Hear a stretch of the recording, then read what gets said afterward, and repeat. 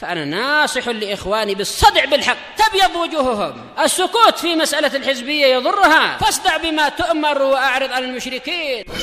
سلامي على دماج ورجالها والشيخ يحيى ودار العلم يا سعد بانيها.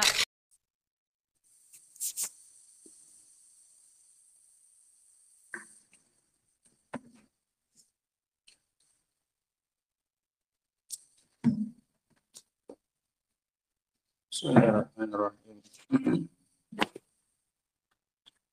Alhamdulillah wassalatu wassalamu ala Rasulillah wa ala alihi wa sahbihi wa man wala. Diingatkan kembali ya Pak untuk menjaga zikir pagi dan petang.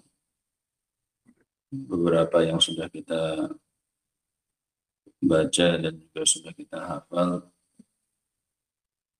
itu tetap dibaca. Nah, dikarenakan waktunya tidak banyak, waktunya singkat. Sehingga amalan-amalan yang punya waktu tertentu dan tidak bisa dilakukan di semua waktu, itu hendaknya lebih didahulukan daripada ibadah-ibadah yang bisa dilakukan kapan saja. Seperti zikir pagi petang ini, maka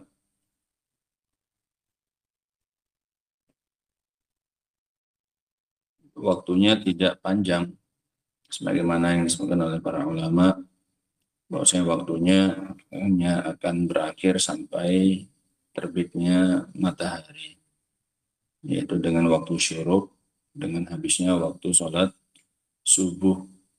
Dan waktu sholat subuh sekarang singkat, mungkin dari azan saja mungkin jam 5 kurang 10, mungkin syuruk 6 lewat 10. Sehingga mungkin dari azan subuh hingga berakhirnya waktu sholat subuh itu hanya 1 jam sekitar 20 menit. Belum lagi nunggu sholatnya, belum lagi yang lain-lainnya, sholatnya lagi. Nah, sehingga kalau sekarang udah jam segini, hanya sisa setengah jam lagi. Nah, sehingga sayang jika dilewatkan, karena waktunya nggak bisa lagi setelah itu. Berbeda dengan amalan-amalan yang lainnya. Nah, yang mungkin bisa dilakukan di sepanjang waktu. Nah, sehingga ini lebih didahulukan. Dan bagi yang belum bisa menghafal banyak dari zikir-zikir pagi dan petang, maka yang singkat-singkat saja, yang singkat-singkat namun berulang, itu bisa dipraktekkan. Sebagaimana zikir subhanallah wa bihamdi. Ini diulang-ulang sampai 100 kali. Atau bahkan lebih dari 100. Nah, subhanallah wa bihamdi, subhanallah wa bihamdi, subhanallah wa bihamdi, subhanallah wa bihamdi. 100 kali. Dan itu hitung-hitung, kalau bahasanya orang zaman sekarang ya Pak, latihan meditasi. Ini kan, melatih fokus. Kalau orang sekarang itu pakai yoga, segala macamnya, iya kan, melatih pernafasannya. Dan itu bisa kita lakukan dengan zikir seperti itu. Itu kan konstan ya. Subhanallah wa bihamdi, subhanallah. Itu melatih fokus. Setiap 1 kali zikir itu dibayangkan maknanya. Maha suci Allah wa bihamdi, segala puji bagi Allah. Itu luar biasa manfaatnya, dan juga untuk mengisi waktu. Biar nggak banyak cerita, nggak banyak cakap, nggak banyak yang lain-lain. Nah, apalagi di waktu-waktu yang sedikit. Ini kita belum lagi cerita zikir setelah sholat. Itu sudah pasti dan sudah maklum. Nah, dan juga diingatkan juga sebenarnya sebelumnya untuk zikir setelah sholat. Ada gitu banyak zikir setelah sholat, itu dibacai semua. Jangan siap-siap langsung mundur, langsung ke belakang, langsung kumpul, langsung apa. Ngapain, rugi kamu. Tuh langsung ke situ cetek. Tapi siapkan dulu zikirnya. Nah, nggak usah dulu kemana-mana, siapkan dulu zikirnya. Karena sholatnya kita itu belum sempurna. Arti belum sempurna itu bukan arti belum selesai, sudah selesai sholat. Cuma tidak ada yang memastikan sholat kita itu nggak ada kekurangannya. Nah, di antara cara penambalnya itu dengan menyelesaikan zikir setelah sholat. Disempurnakan dengan zikir setelah sholat. Kalau ada ba'diyahnya, sholat sunnah ba'diyahnya, ya selesaikan dulu sholat sunnah ba'diyahnya. Ini sering kita lihat, kita bukannya nggak mau, cuman nggak mungkin terus-terusan diingatkan. Kalian itu udah besar-besar. Gak usah kumpul-kumpul ke belakang. Kalau belum sholat sunnah, udah duduk aja di barisan, mau mundur sedikit, mau lapang sedikit, mundur sedikit, biar bisa bersila kakinya, udah sebentar.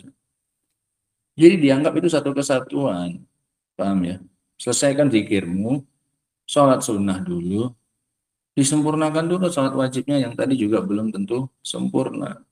Nggak usah mundur ke belakang, kumpul cerita, sana sini, ketawa sana, ketawa sini, ujung-ujungnya baru, kadang pun nggak sholat. Sudah berapa kali kita tes?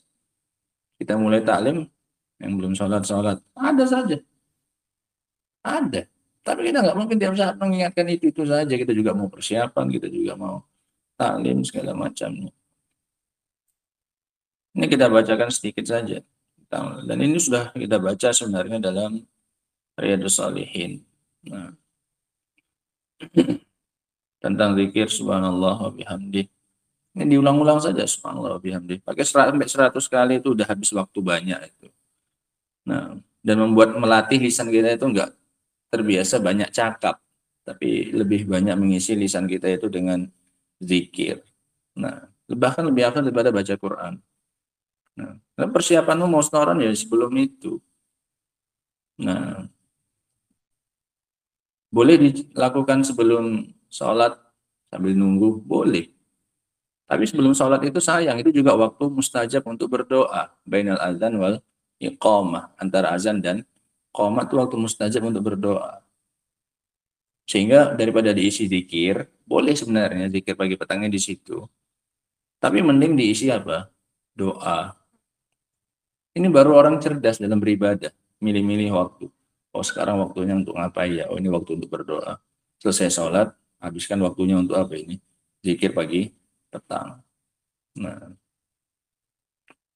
dari Abu Hurairah radhiyallahu anhu, dalam hadis riwayat Muslim, qala Rasulullah sallallahu alaihi wasallam, man qala hina yusbihu wa hina yumsi. Barang siapa yang membaca ketika masuk waktu subuh. Ini waktu subuh, hina yusbihu, ketika masuk waktu subuh. Ini hampir nggak ada khilaf dengan para ulama, waktunya itu dari terbit fajar sampai terbitnya matahari.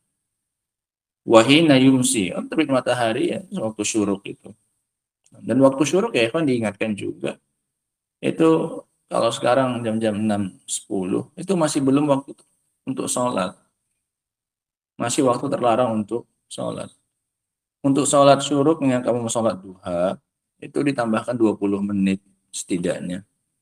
Supaya main aman, itu 20 menit. Itu pun masih kurang sebenarnya. Kalau Kementerian Agama kita malah lebih daripada itu. Ya kan, kalau kalian kan ada di jam-jam sholat itu kan ada duha, ya kan. Kalian lihatlah, itu mungkin sampai setengah jam. Setengah jam antara selisih dari syuruk sampai waktu itu. Mereka nambahkan berapa? Setengah jam seingat Anda. Karena nanti tes lebih dari 20 menit ternyata. Nah, untuk awal waktu sholat apa ini? Duha. Dan itu memang lebih selamat daripada terburu-buru. Mending lebih selamat nunda. Kenapa? Karena hukum asalnya itu masih waktu apa? Terlarang. Hukum asalnya waktu yang sedang berlangsung itu dari terbitnya matahari itu waktu terlarang untuk apa? Sholat. Gitu. Sehingga tidak keluar kita dari hukum asal itu kecuali dengan sesuatu yang meyakinkan.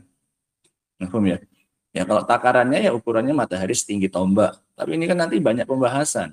Memang di kalamnya para ulama yang Anda dapati Syekh bin Baz dan juga Syekh Utsaimin ya sekitar 20 menit. Cuman kan nanti kan beda tempat, beda geografisnya, beda lagi apanya? Waktu setinggi tombak, tombaknya saja kan kadang macam-macam orang Arab. Ya kan standarnya. Setinggi tombak itu kalau ditaruhkan tombak itu mataharinya di atas ini. Di ufuk sana itu, ufuk timur sana, setinggi tombak. Gitu. Dan ini pun sebenarnya jarak pandangnya kan mempengaruhi, iya kan? Makin dekat kamu tombaknya makin apa matahari? Makin tinggi. Kalau kamu makin jauh, tombaknya makin apa? Makin rendah. Kan gitu. Jadi banyak banyak pertimbangan sebenarnya. Nah, kalau setengah jam, 20 menit, insya Allah sudah lah itu. Mataharinya sudah agak apa ini? Agak meninggi. Nah, sehingga daripada kecepatan, mending apa ini? Mending kelamaan. Kalau memang mau nggak mau ada hajat yang lain, yang penting belanja atau anak atau apa, yang nggak masalah nanti saja di rumah sholat apanya? Sholat duhanya. Karena hukum asalnya masih waktu apa ini? Waktu terlarang. Nah, barang siapa yang membaca ketika waktu subuh dan ketika waktu petang. Nah, waktu petang ini yang rajih wallahu a'lam ini ba'dal maghrib. Ini ba'dal maghrib. Nah, dikarenakan dalam sebagian lafaz zikirnya itu dengan menggunakan lafaz lail. Lailah. Ini menggunakan lafaz apa? Malam. Dan lailah itu adalah setelah tenggelamnya matahari. Allahumma inni as'aluka min khairi hadhihi lailah wa khairi ma ba'daha wa a'udzubika min syarri hadhihi lailah wa syarri ma ba'daha. Aku minta kebaikan malam ini dan nah sehingga ketika dikasih ini menunjukkan bahwasanya zikir ini dibaca setelah tenggelamnya apa? Matahari. Dan ini yang ditarjih oleh Al-Imam Ibnul Jazari rahimahullahu taala. Nah, ya bagi yang mau membacanya sebelum maghrib di akhir asar ya nggak apa-apa juga. Yang penting ada yang penting baca zikir. Bagi berpendapat sebelum maghrib ada yang setelah maghrib. Nah, yang keliru yang nggak baca zikir. Maksudnya, kan gara-gara itu juga heboh. Loh, kamu salah bacanya waktunya itu belum. Gitu-gitu hal yang biasa. Tinggal lihat lagi dalil-dalilnya mana yang kuat selesai. Barang siapa yang ketika waktu subuh dan waktu petang atau malam membaca subhanallah wa bihamdih mi'ah marrah 100 kali. Ini kan pendek ya. Subhanallah wa bihamdih, subhanallah wa bihamdih. Lam ya'ti ahadun yaumal qiyamah bi afdal mimma ja'a bi. Ini keutamaan yang luar biasa. Kata Rasul, barang siapa yang membacanya 100 kali maka tidak ada yang datang dengan membawa sesuatu yang lebih baik daripada apa yang dia bawa. Kalau kamu baca ini 100 kali, bawaanmu pada hari kiamat itu bawaan yang paling baik dibandingkan bawaan-bawaannya orang. Kan bawa sesuatu kita ya. Hari kiamat bawa sesuatu. Bawa untuk berhadapan dengan Allah Subhanahu wa taala bawa sesuatu. Bawaan kita itu lebih baik daripada orang lain.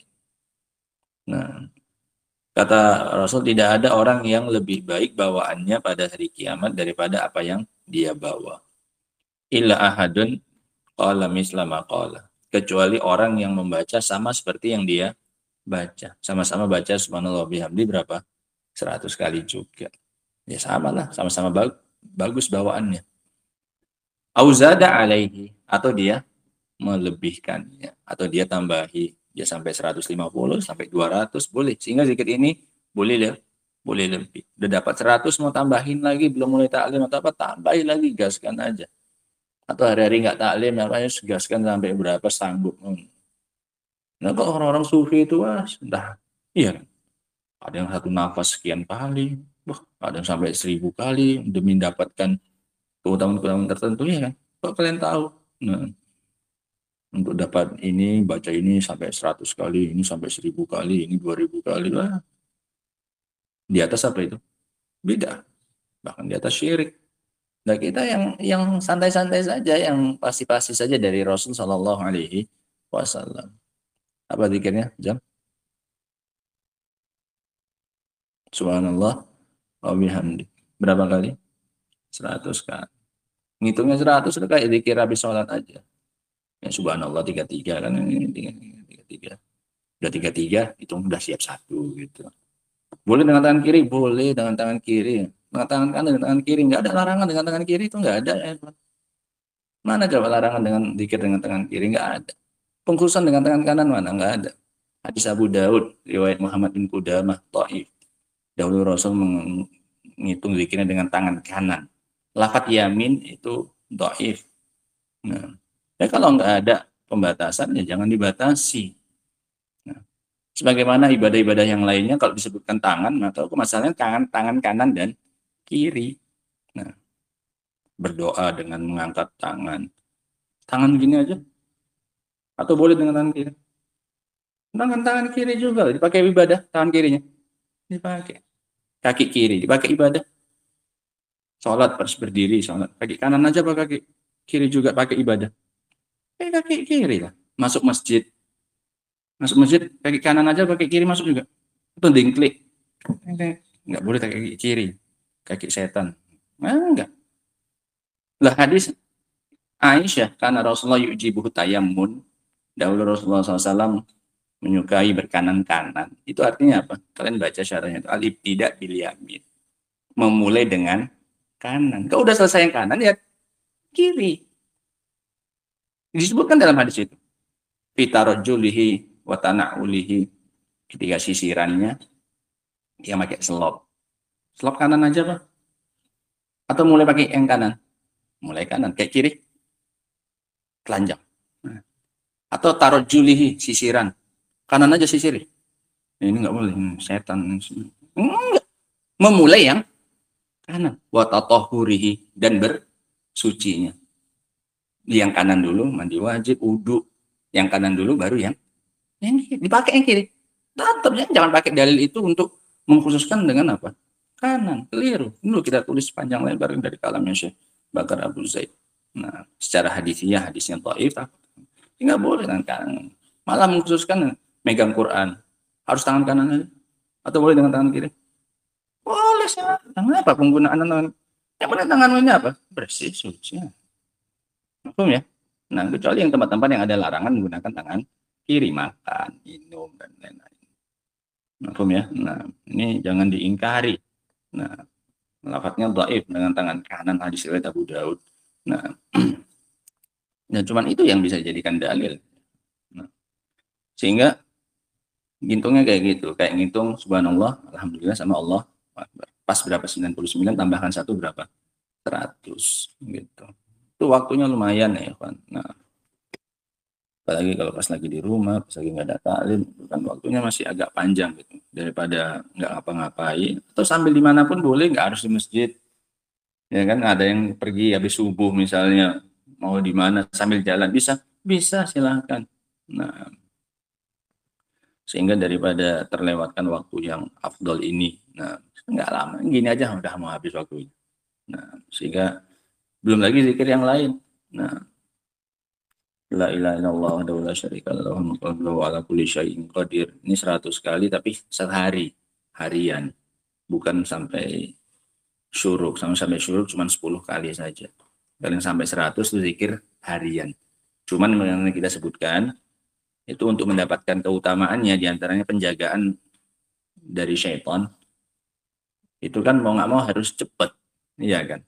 Supaya langsung dapat penjagaannya. Kalau kamu baru siap jam 12 siang ya, jam 12 siang baru dapat apa?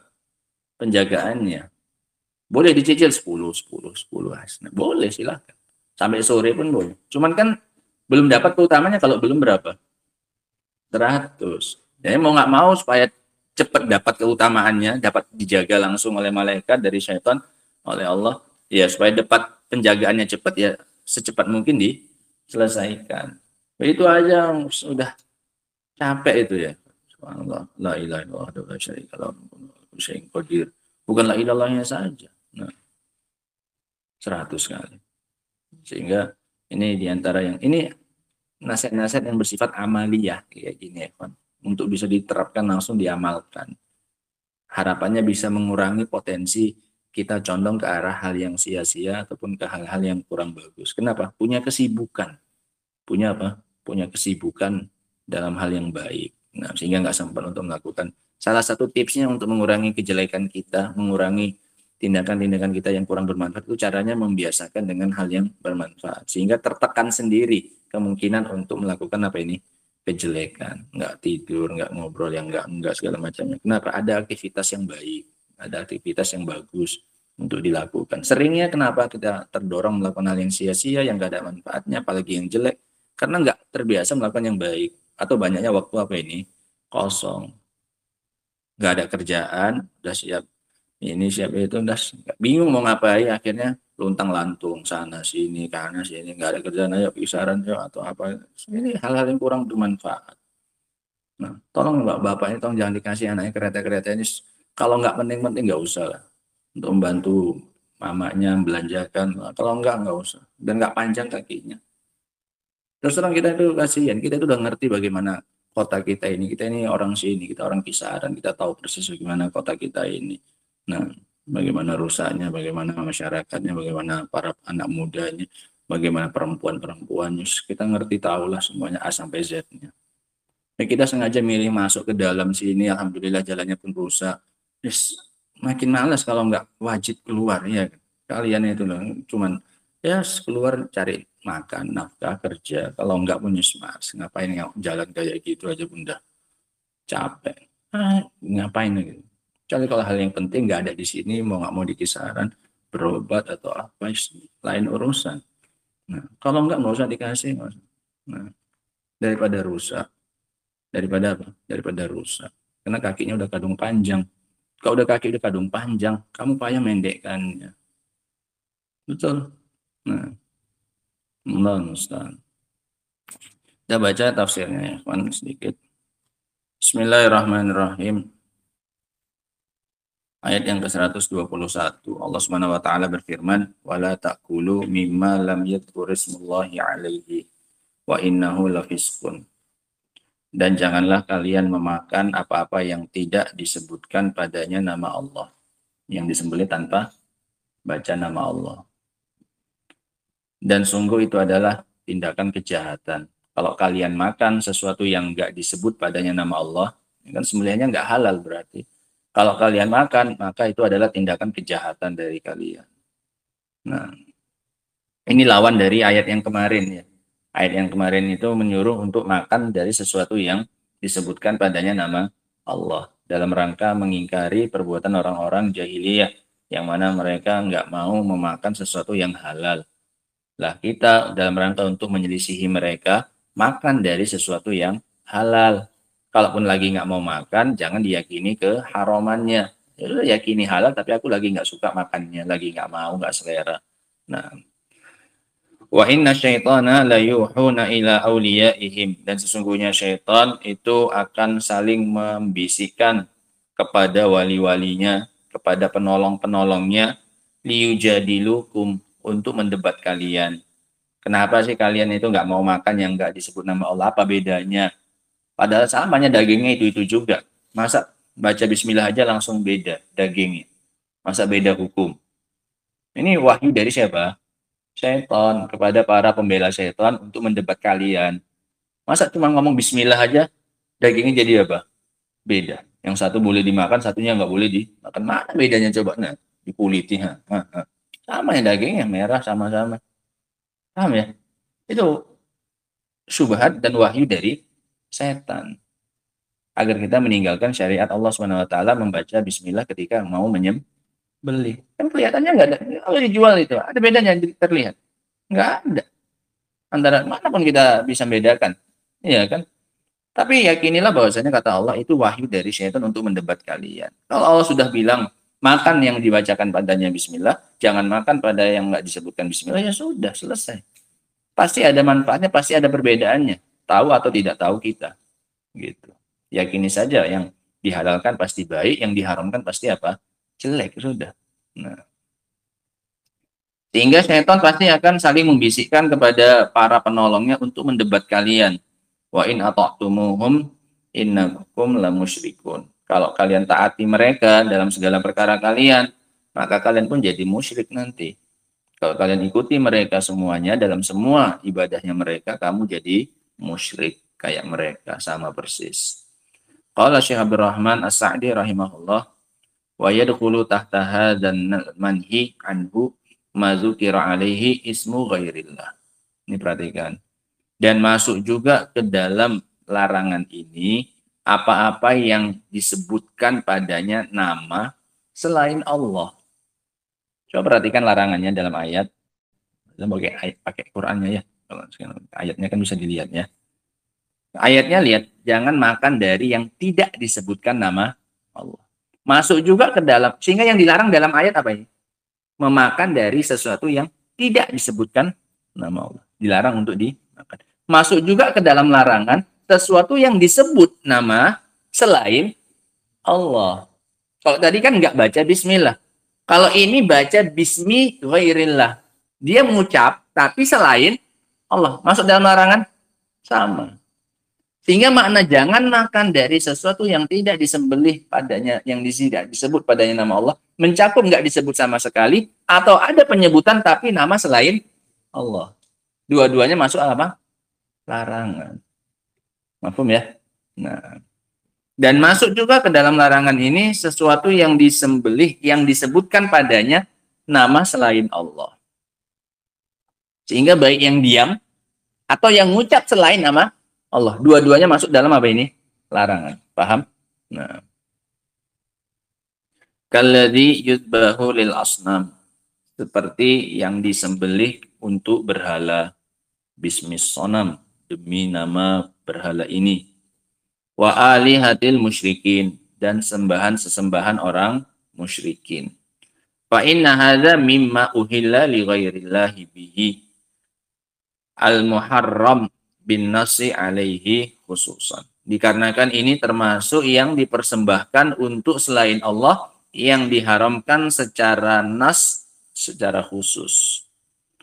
Wa yadkhulu fi dzalika, dan masuk juga ke dalam larangan ini matrukut tasmiyah mimma zubiha lillahi kadhahaya wal hadaya. Dan masuk juga ke dalam larangan ini sesuatu yang tidak dibacakan padanya nama Allah dari sesembelihan untuk Allah. Kalau yang tadi yang di atasnya sesembelihan untuk siapa? Berhala. Kalau ini sembahan untuk Allah, tapi nggak disebutkan padanya nama Allah, masuk dalam larangan. Nggak boleh juga dimakan. Seperti apa? Seperti dohaya, seperti kurban, Idul Adha, motong. Nggak baca apa? Bismillah. Padahal niatnya jelas diperuntukkan untuk siapa? Allah. Walaupun diperuntukkan niatnya untuk siapa? Allah dipersembahkan. Tapi karena nggak dibaca padanya bismillah, hukumnya jadi apa? Haram. Nah. Wal hadaya, dan juga seperti hadiyu, sembelihan haji atau umroh, kan ada sembelihannya. Nah, sekarang nggak ada, sekarang bayar kupon aja supaya nggak masing-masing orang nyembelih. Nah, beli kupon, nanti mereka yang motongkan. Untuk siapa itu niatnya? Allah, persembahan untuk Allah, ibadah. Tapi pas motong nggak baca apa? Bismillah. Walaupun dipersembahkan untuk Allah, tapi karena nggak disebut nama Allah, hukumnya jadi apa? Haram. Paham maksudnya? Nah. Au lilahmi wal akli. Masuk juga ke dalamnya yang mau nyari daging, bukan untuk ibadah. Nggak untuk selain Allah, niatnya bukan pula untuk Allah, untuk makan. Ah, potonglah, pengen makan daging. Atau untuk dimakan, nyari daging untuk dimakan. Gak baca bismillah, apa hukumnya? Haram. Sehingga haram untuk selain Allah. Ya. Walaupun kadang di situ baca bismillah. Tapi niatnya ini persembahan untuk selain apa? Allah. Apa hukumnya? Haram. Atau yang niatnya untuk Allah tapi nggak baca apa? Bismillah. Seperti pas kurban atau pas ibadah lah pokoknya. Kurban atau akikah atau apa. Ini juga hukumnya apa? Haram. Atau yang untuk nggak untuk Allah, nggak juga untuk selain Allah, untuk diri sendiri, untuk makan atau untuk dijual. Nah, nggak baca bismillah, maka hukumnya juga haram. Nah, ini beberapa bentuk yang haram dari ayat itu. Idza kana dzabih muta'ammidan tarku atau idza kana dzabihu muta'ammidan tarka tasmiyah inda katsirin minal ulama. Jika yang menyembelih itu sengaja meninggalkan baca bismillah menurut banyak dari para ulama. Wa yakhruju min hadzal umum an-nasi. Dan keluar dari keumuman ini orang yang lupa. Artinya dia nggak berdosa. Adapun dagingnya yang rajih tetap apa? Haram. Tapi kena dosa? Tidak. Kenapa? Karena dia terangkat darinya dosa. Rabbana la tu'akhidna in nasina aw akhtana. Ya Rabb, jangan hukum kami dengan sebab apa yang kami terlupakan darinya. Dia lupa baca bismillah. Berdosa? Enggak. Dagingnya tetap apa? Haram. Kenapa? Enggak terpenuhi padanya syarat halal. Paham ya? Beda. Ini beda hukum. Beda hukum dagingnya, beda hukum orang yang menyembelih. Yang dihukumi kejahatan ini yang sengaja apa ini? Tidak membaca bismillah. Nah. Menurut banyak dari para ulama. Berarti menunjukkan ada juga yang tidak seperti ini. Wa yakhruju min hadzal umum an-nasi, dan keluar dari keumuman ini orang yang lupa bin nususil akhar ad-dal ala raf'il haraj anhu, dengan dalil-dalil yang lain yang menunjukkan terangkatnya dosa dari orang yang lupa. Wa yadkhulu fi hadhil ayah ma mata bi ghairi zakatin minal maitat, dan juga masuk ke dalam ayat ini apa-apa yang mati tanpa penyembelihan. Kalau tadi sengaja disembelih tapi nggak baca bismillah, atau nggak disembelih sama sekali, masuk dalam apa ini? Larangan untuk dimakan. Dari bangkai-bangkai. Bangkai itu walaupun masih segar. Jangan bayangkan bangkai itu yang udah bau. Bangkai itu yang masih segar, tapi matinya tidak karena disembelih. Paham ya? Itu artinya bangkai. Sesuatu yang mati tanpa disembelih. Walaupun dagingnya masih apa? Segar, walaupun belum bau. Sehingga jangan bayangkan bangkai itu harus yang sudah jadi apa? Bau. Enggak. Yang tidak disembelih dari bangkai-bangkai fa innaha mimma lam yadhkurismullahi alaihi. Karena itu termasuk yang tidak disebutkan padanya nama Allah. Kalau tadi nggak disebut nama Allah tapi masih disembelih. Kalau ini sama sekali nggak disembelih. Nah.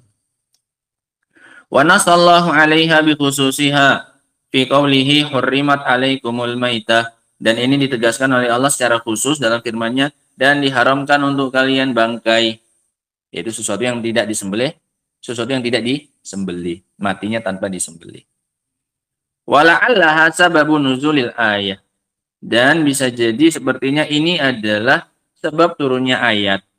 Liqaulihi ta'ala, karena Allah Subhanahu wa taala, bisa jadi turunnya ayat ini yang kita baca, jangan makan dari sesuatu yang tidak disebutkan nama Allah, maknanya dari sesuatu yang sama sekali nggak disembelih.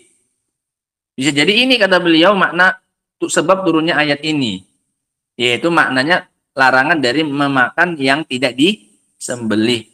Liqaulihi, karena Allah Subhanahu wa taala mengatakan, ini dalil beliau, inna syayatin layuhuna ila awliyaihim liyujadilukum, sesungguhnya setan akan mewahyukan kepada para pembantunya, para penolongnya, untuk mendebat kalian bighairi ilmin, tanpa ilmu. Fa innal musyrikin hina sami'u tahrimallah wa rasulihi lil maitah wa tahlilahu lil mudzakkah, karena orang-orang musyrikin ketika mendengarkan Allah dan Rasulnya mengharamkan yang tidak disembelih, karena yang tidak disembelih alias bangkai, dan menghalalkan yang disembelih, wa kanu yastahiluna aklal maitah, sementara mereka dahulu terbiasa makan dari bangkai.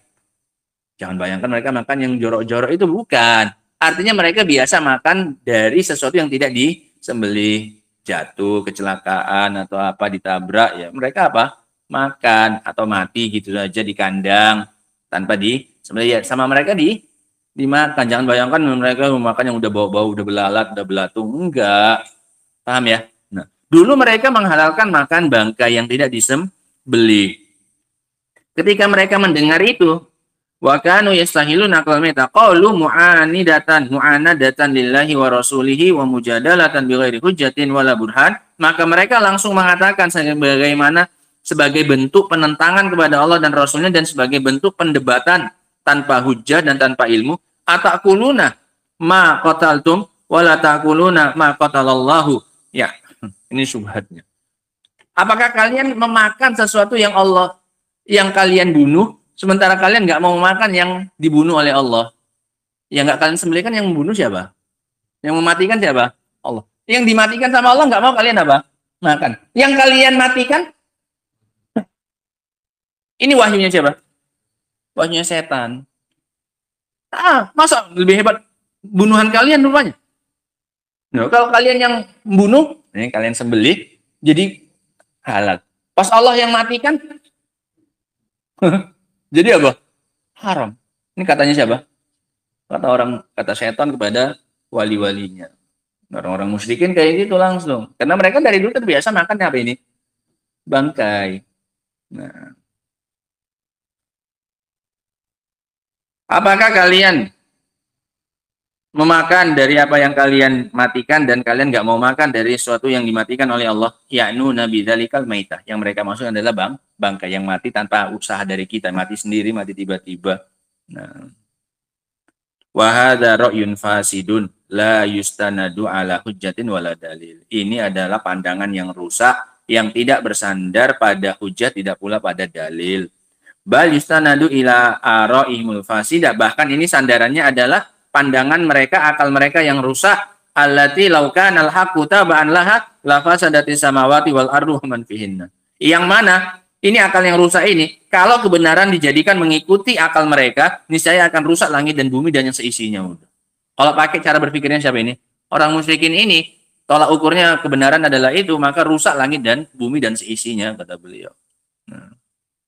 Fatabban, maka celaka liman qaddama hadhil uqul ala syar'illahi wa ahkami. Celaka bagi orang yang mendahulukan akal-akal yang rusak seperti ini daripada syariat Allah dan hukum-hukumnya.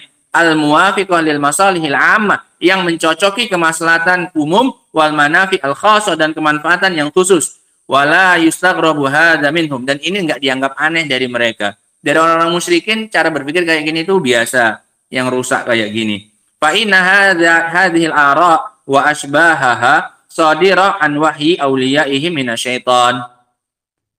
Akal yang rusak, cara berpikir yang rusak seperti ini memang muncul karena dari wali-wali mereka, syaitan, yang memang membisikkan kepada mereka, alladzina yuriduna an yudillu al-khalqa an dinihim, yang memang ingin menyesatkan makhluk dari agamanya mereka. Sehingga nggak usah heran mereka bisa punya berpikiran kayak gitu, yang mendapat wahyu dari siapa? Setan. Nah,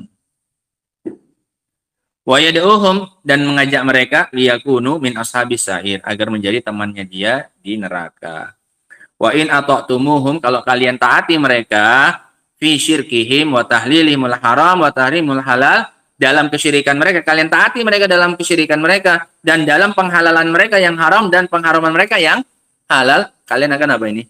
Syirik. Karena mengubah syariat siapa? Allah. Makanya kita katakan itu masalah besar. Menghalalkan sesuatu yang haram atau mengharamkan sesuatu yang halal itu sama persis hukumnya.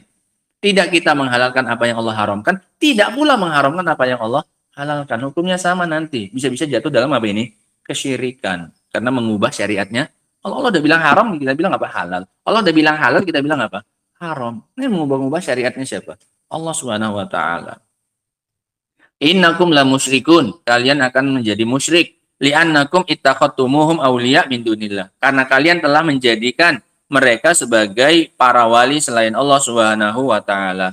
Wa wafaqtumuhum ala ma bihi faraqul muslimin, dan kalian telah mencocoki mereka dalam perkara yang mereka menjauhkan diri dari kaum muslimin. Falidzalika kana tariqukum tariqahum, maka jadilah jalannya kalian itu jalannya mereka. Jangan salahkan siapa-siapa. Kalau kalian seperti itu, kalian cocoki mereka dalam perkara yang mereka menyelisih kaum muslimin, berarti jalan kalian sama kayak jalannya siapa? Mereka musyrikin. Nah, wa dallat hadhil ayatul karimah ala anna ma yaqa'u fil qulubi minal ilhamat wal kusyuf, dan ayat ini juga menunjukkan bahwasanya apa yang terbetik di dalam hati berupa pengilhaman dan penampakan, penyingkapan allati yaksuru wuquha inda sufiyah, yang banyak terjadi di kalangan orang-orang sufi. Kayaknya aku dapat ilham ini kayak gini-gini, kayaknya aku dapat perawangan, apa? Penerawangan, al-kusyuf, penerawangan.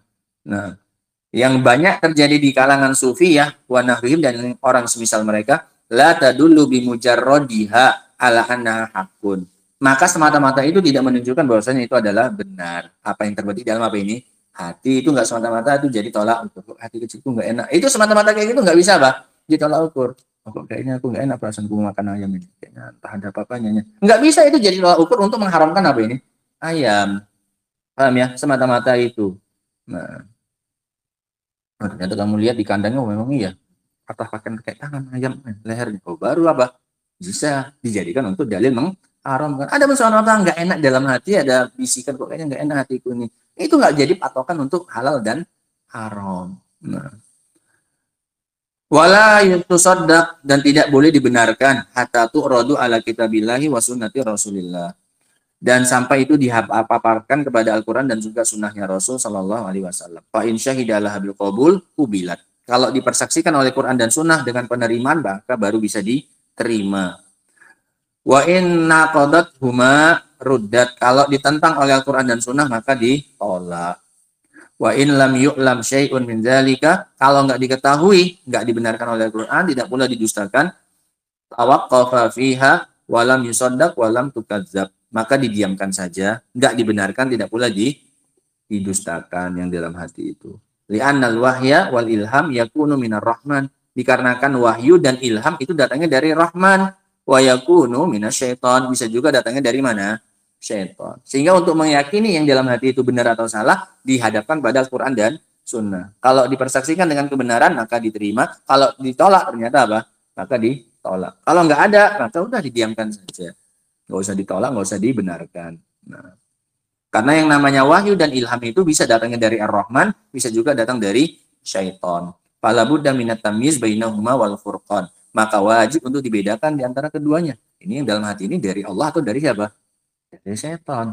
Nah, wa bi'adami tafriq bainal amrain hasala minal laghat minal ghalat wad dalal ma la yuhsihi illallah. Dan kalau tidak dibedakan mana wahyu ilham dari syaitan, mana ilham dari Allah, kalau nggak dibedakan antara dua perkara itu, maka akan timbul kerusakan dan kesesatan yang tidak bisa dihitung kecuali oleh Allah Subhanahu wa taala. Sangat banyak. Nah, di antara faedah sedikit ya, kan yang bisa kita ambil dari ayat yang ke-121 ini. Yang pertama adalah tahrimul akli mimma lam yadhkur ismullahi alaihi. Haramnya memakan dari sesuatu, haramnya memakan sesuatu yang tidak disebut padanya nama Allah. Haramnya memakan sesuatu yang tidak disebutkan padanya nama Allah. Nah, la ta'kulu mimma lam yadhkur ismullahi alaihi.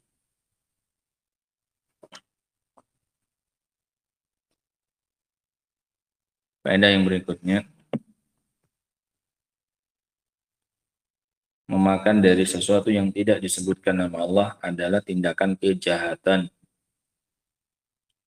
Tindakan kejahatan, fasik. Memakan dari sesuatu yang tidak disebutkan nama Allah adalah tindakan kejahatan dan kefasikan. Makan dari sesuatu yang tidak disebutkan padanya nama Allah adalah tindakan kejahatan. Makan dari sesuatu yang tidak disebutkan padanya nama Allah adalah tindakan kejahatan. Wa innahu lafiskun. Itu adalah kejahatan. Kalau kalian makan, maka kalian jahat. Kalian pelaku kejahatan, pelaku kriminal. Faedah yang berikutnya,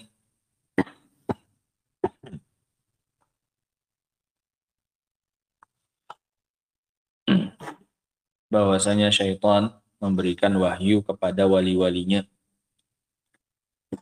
Memberikan dan membisikkan wahyu kepada wali-walinya dari kalangan Yahudi, musyrikin, dan yang selain mereka untuk mendebat orang beriman dengan cara yang batil. Sungguhnya syaitan memberikan wahyu dan ilham kepada wali-walinya untuk mendebat kaum mukminin secara batil. Apa syubhat mereka dalam masalah sembelihan ini tadi?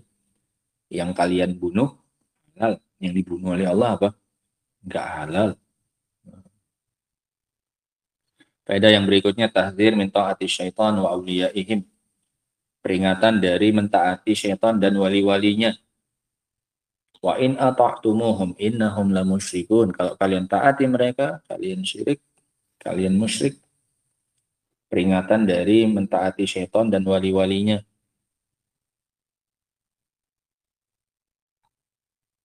Faedah yang berikutnya, zammul mujadalah bil batil. Tercelanya berdebat dengan kebatilan. Tercelanya berdebat dengan kebatilan. Zammul mujadalah bil batil.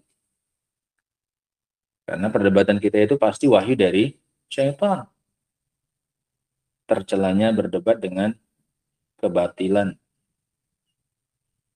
Ini kalau udah tahu salah, udah tahu keliru, jangan mendebat, jangan membela diri.